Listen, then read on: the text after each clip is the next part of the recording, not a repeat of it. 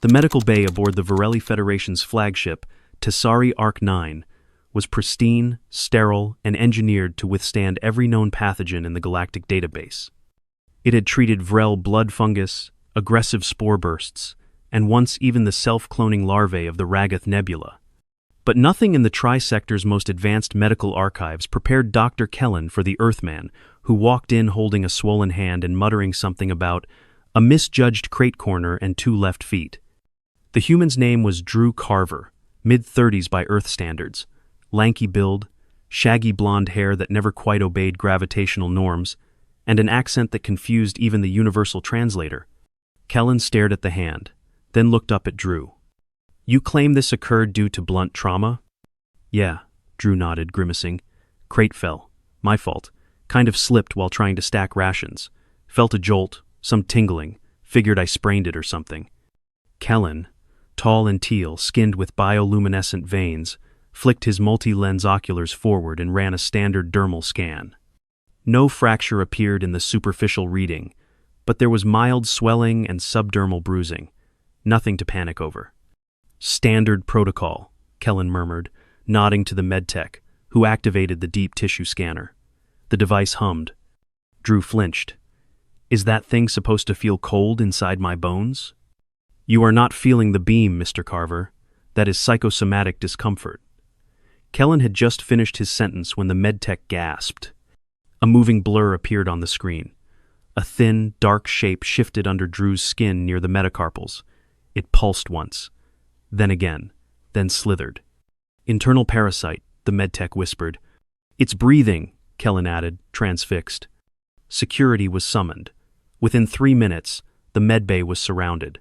Drew blinked in confusion as containment shields powered up. "Okay," he said slowly.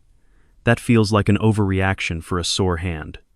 "You have a living organism inside your body," Kellen snapped. "Uncatalogued, mobile.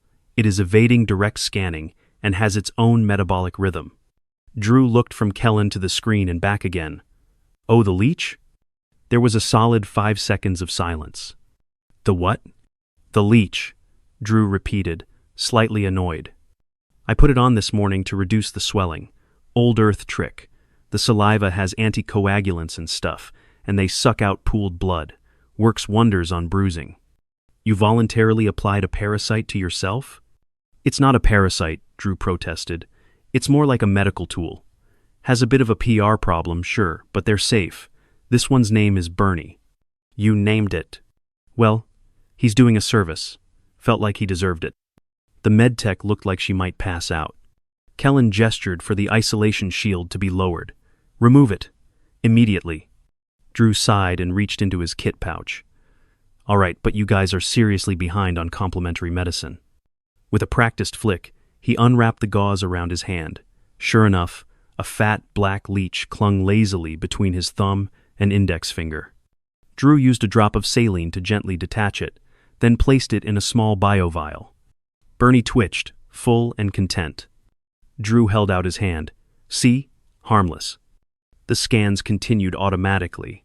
Kellen was about to issue a clearance when the system pinged again, this time deeper. "Wait." The image shifted. Beneath the tendon layers, something shimmered, not organic. The scan paused and refocused. "Metallic signature detected," the medtech murmured. 3 slender, glinting threads were visible around the flexor tendons.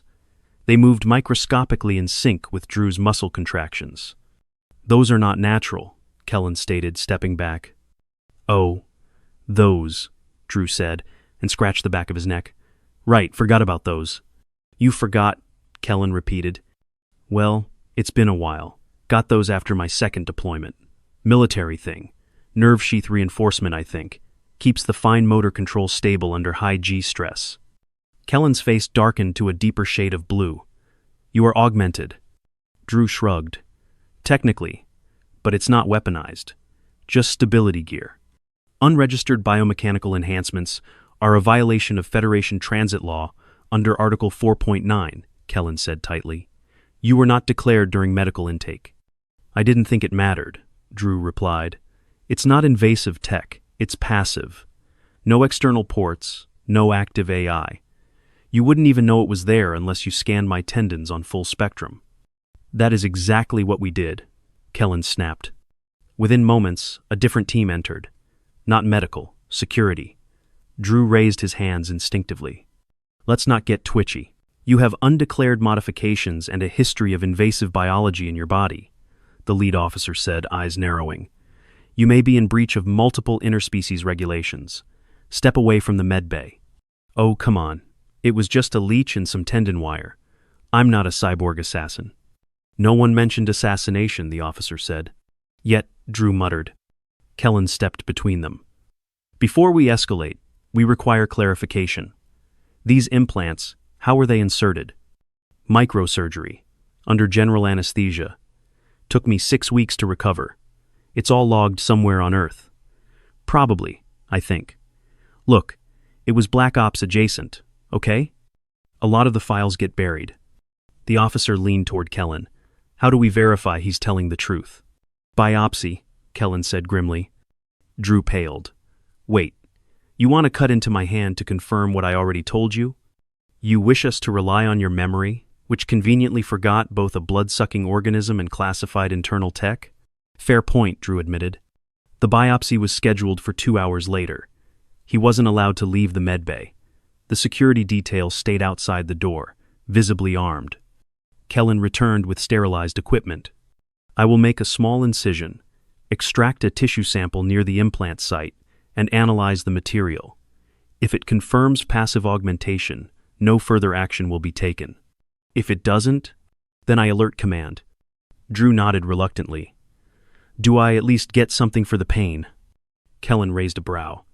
You carried a live leech in your hand, Mr. Carver. I assumed you preferred the natural route. Touché. The numbing agent kicked in quickly. Kellen worked efficiently, drawing a centimeter-long strip of tissue and securing it in a sealed sample tube. Drew winced as the final suture was placed. Recovery for this? 2 weeks without strain. Longer if complications arise. Perfect, Drew sighed.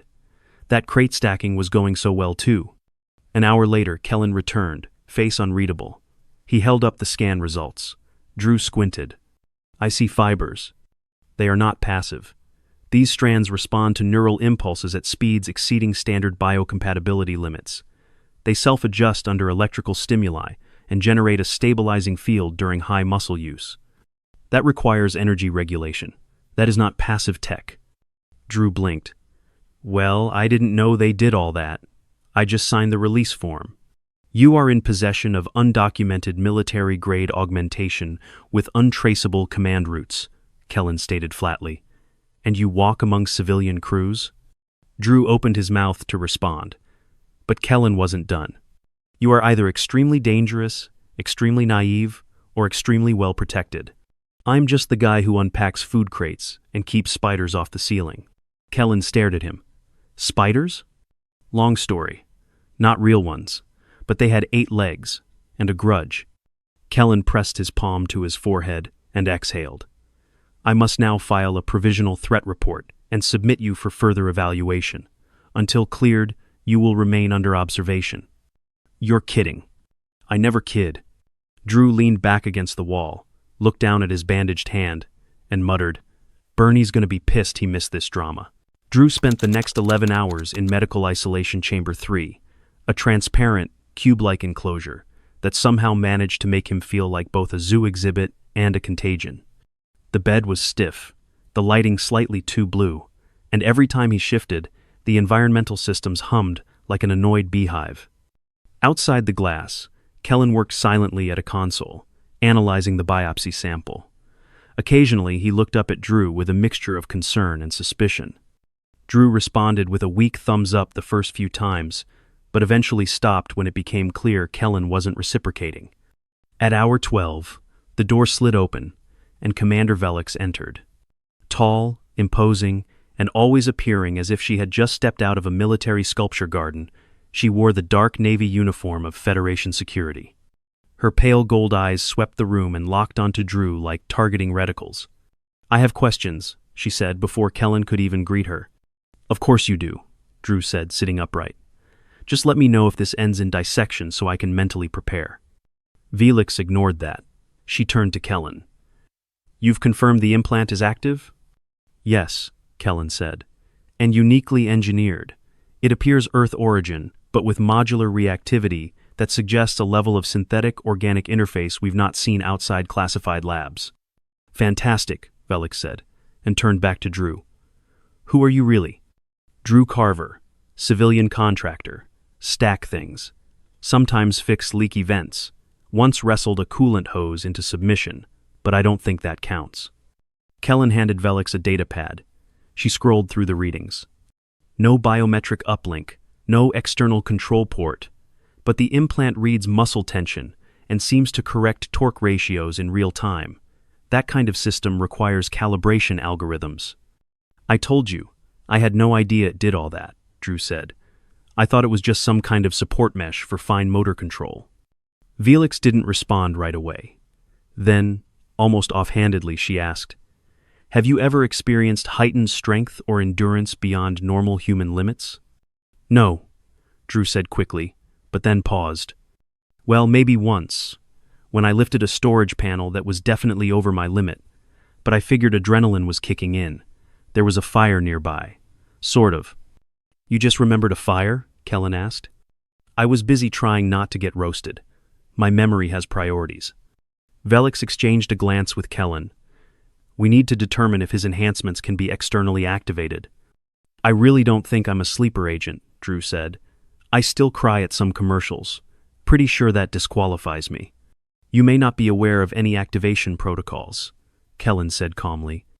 We've seen this before, implants that respond to environmental triggers or neurological thresholds. That may be why you're unaware of their full capacity. Velix stepped toward the containment glass. Until further notice, you are classified as a potential threat. You will remain under observation. We will run non-invasive tests first, but should anything activate, you'll be restrained. Comforting, Drew muttered. Is there at least lunch involved? No, Velix said. Even less comforting. The next 36 hours were a blur of controlled exercises. Drew was made to flex, grip, lift, and manipulate objects, while under scanner arrays that could detect electrical variants on the molecular level. He was watched while sleeping, monitored during every breath, and once woken mid-dream to answer questions about coordinates he didn't recognize. By the third day, Drew was beginning to feel like a stress ball in a philosophy class. Kellen, for his part, had gone from suspicious to professionally curious. These implants are responding to hormonal shifts, he explained after one test. Your cortisol levels spike, and the fibers subtly realign to distribute strain across neighboring tendons. That is adaptive engineering. Drew looked at his hand.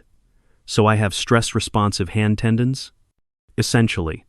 That's so deeply specific. There may be more, Kellen admitted. We haven't scanned your other limbs yet. Drew froze. Wait, are you suggesting these things might be in more places than just my hand? We must be thorough, Kellen said.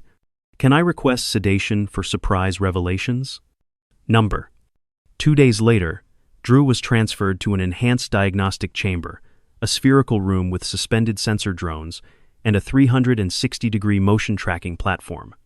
He was stripped to a scan suit and strapped to a rotating axis that slowly tilted as Kellen began full-body scans. It took 2 hours. At the end of it, Kellen returned with a single line that made Drew feel very, very cold. There are 3 more implants. Drew stood up too quickly and had to catch himself on the rail. Where? 1 in your cervical spine, 2 embedded in the femoral muscle sheaths. Drew sat back down. The spinal one. What does it do? Unknown. Possibly a coordination regulator. Possibly inert. Possibly dormant. Velix entered the chamber. She had been watching the scan from a secure link. You're now classified as a biomechanical carrier with unknown augmentation.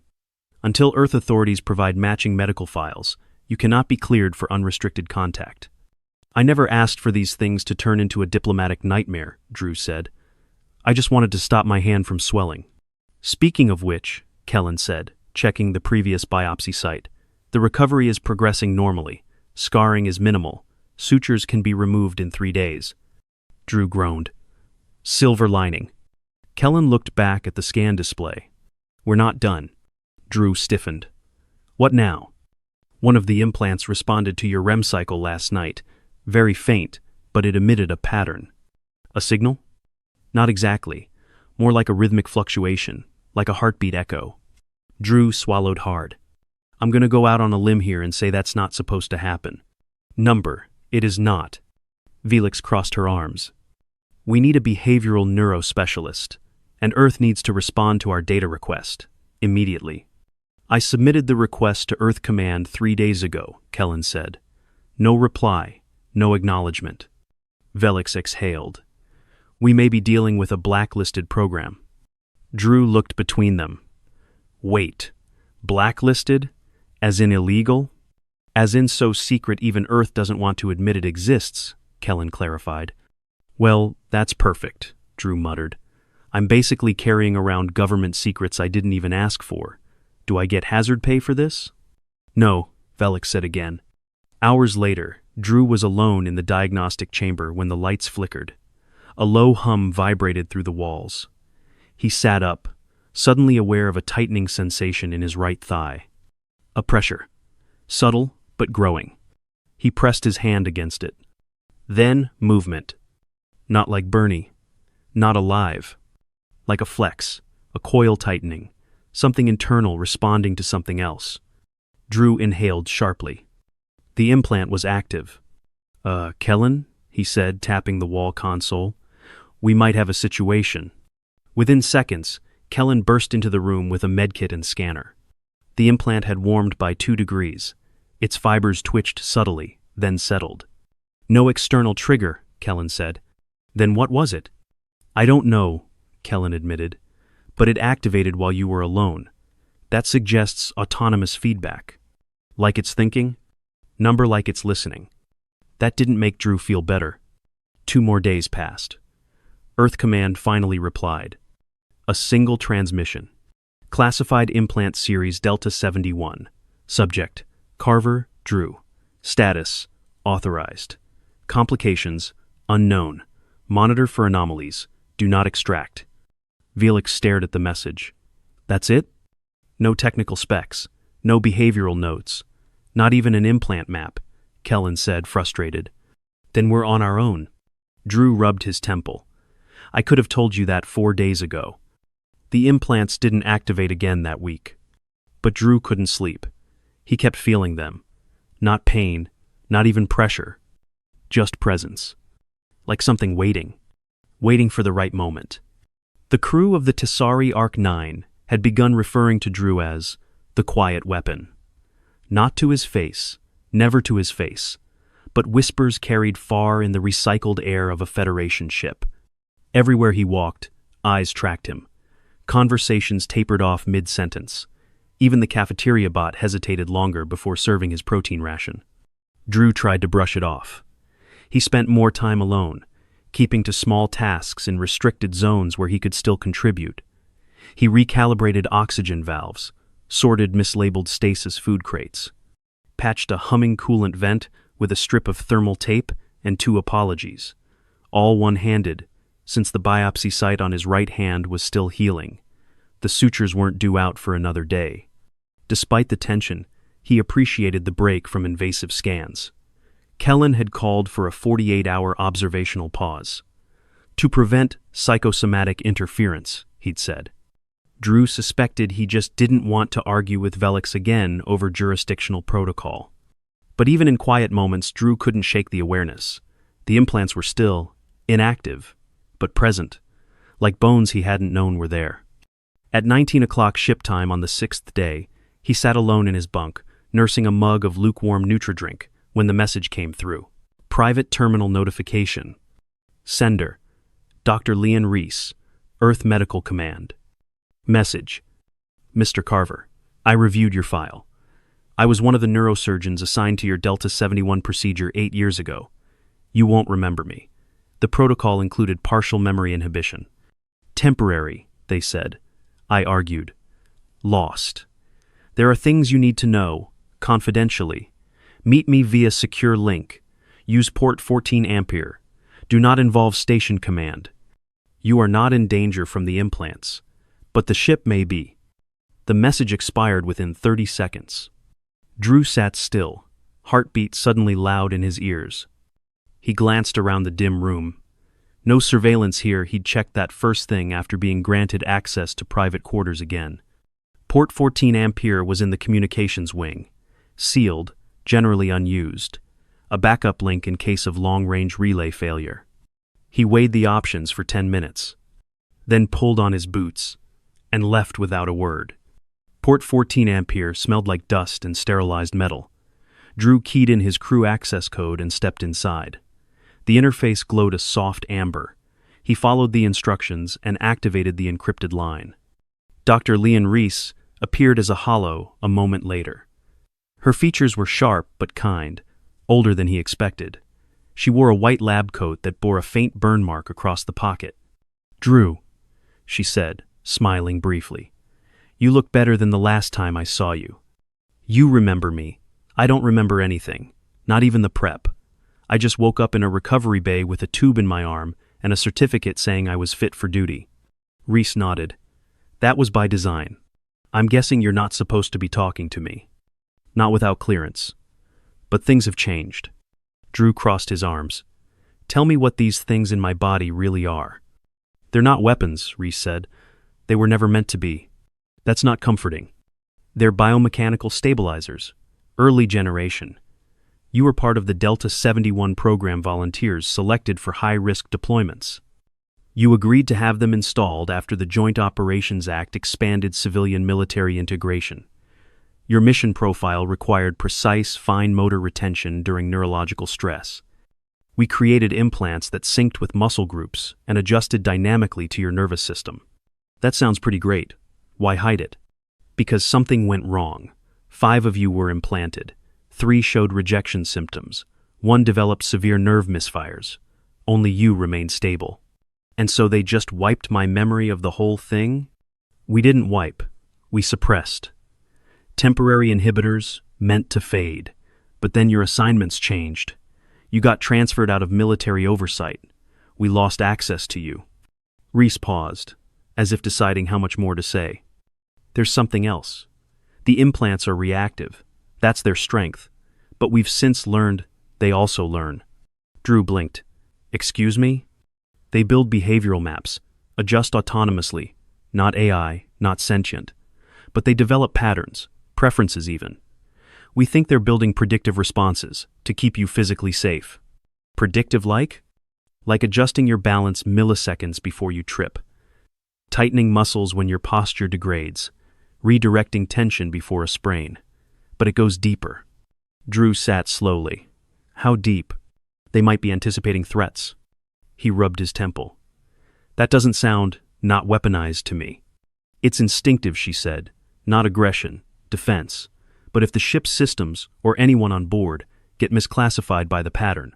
Drew's stomach turned. "You think I'm a liability?" "I think your body may react faster than your judgment. That's dangerous in a shared environment." He exhaled. "They've already started treating me like a walking bomb." Reese leaned closer. "Then you need to prove you're not. Any advice? Test them, push the pattern, let them surface, then show command you're still the one in control." Drew ended the call with his heart hammering. He left port 14 Ampere and walked back to his room with his jaw tight and hands trembling. The next morning, Kellen removed his sutures. "Clean healing," he said. "Minimal scar formation." "Good," Drew muttered. "You appear unsettled." "I had a conversation," Drew said carefully. "One that helped connect a few dots." Kellen watched him closely but said nothing. "I want to run a voluntary test," Drew continued. "Extreme stimuli. See what triggers the implants. I need to know what I'm carrying around." Kellen hesitated. "That is not advisable without oversight." "Then oversee it, but I'm not sitting around waiting for something to go wrong.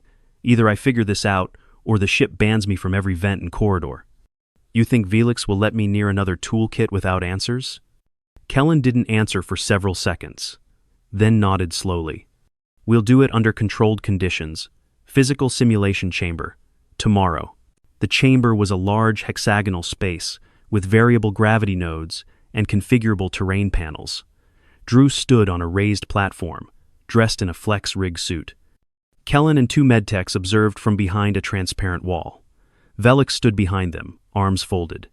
"Begin with manual stressors," Kellen said through the comm. A drone launched a weighted object at Drew's upper chest. He caught it, staggered, and let out a surprised grunt. The implants in his legs tightened slightly, he felt it. Next, uneven footing. The terrain beneath him shifted into a steep slope. He stumbled, nearly fell, then suddenly found his balance snap back, like something inside him yanked his body upright before impact.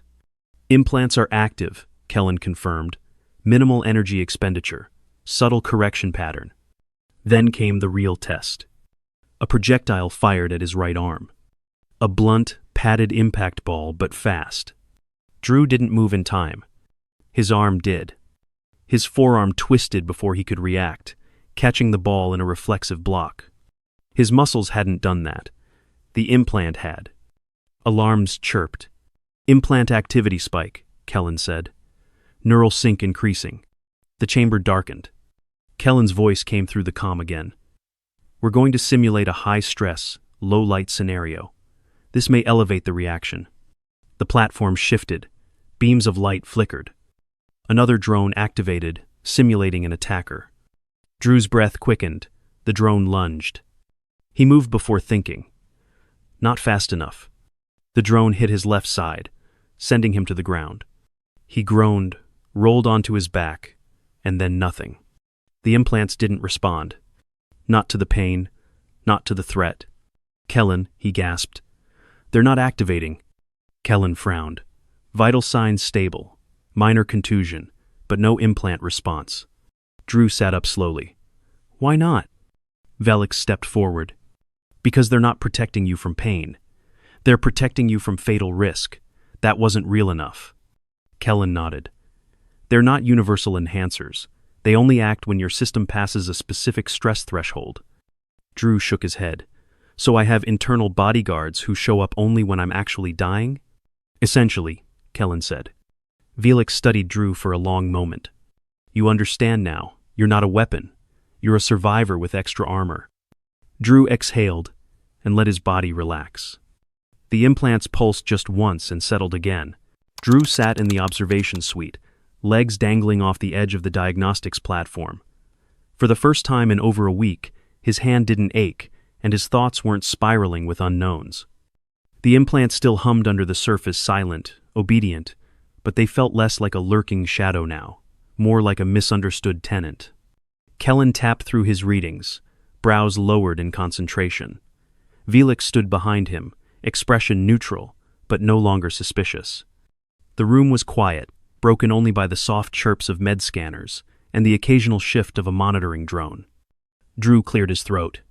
"So, what's the verdict?" Kellen glanced up. "Your implants display conditional autonomy.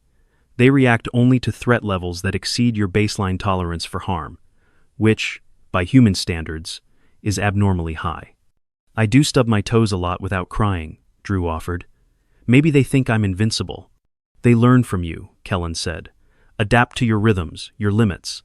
They've synced to your behavior in a way we didn't expect. It's not programming, it's familiarity." Velik stepped forward. "What's the functional risk level?" "Low," Kellen admitted. "Unless he encounters something lethal, the implants stay dormant. When active, they operate defensively, never offensively. There's no embedded weaponization." "Then we're done here," Drew said, hopping down from the platform. "Right? No more lockdown?